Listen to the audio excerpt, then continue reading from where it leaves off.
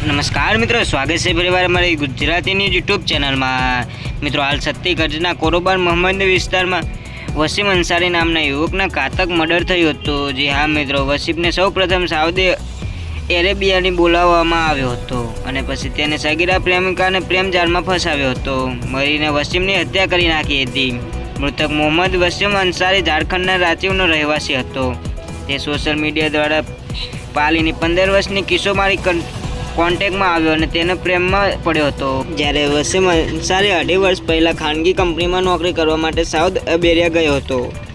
આરોપી પ્રેમિકાએ યુવકની સાઉદી અરેબિયાની વસીમને બિલાસપુર બોલાવ્યો હતો। વસીમ સાઉદી અરેબિયાથી પરત ફરી રહ્યો હતો। આ દરમિયાન તે પહેલાં સાઉદી અરેબિયાથી ઝારખંડ પહોંચ્યો હતો, પછી રાંચીથી બિલાસપુર આવ્યો હતો અને તેની હત્યા કરવામાં આવી હતી।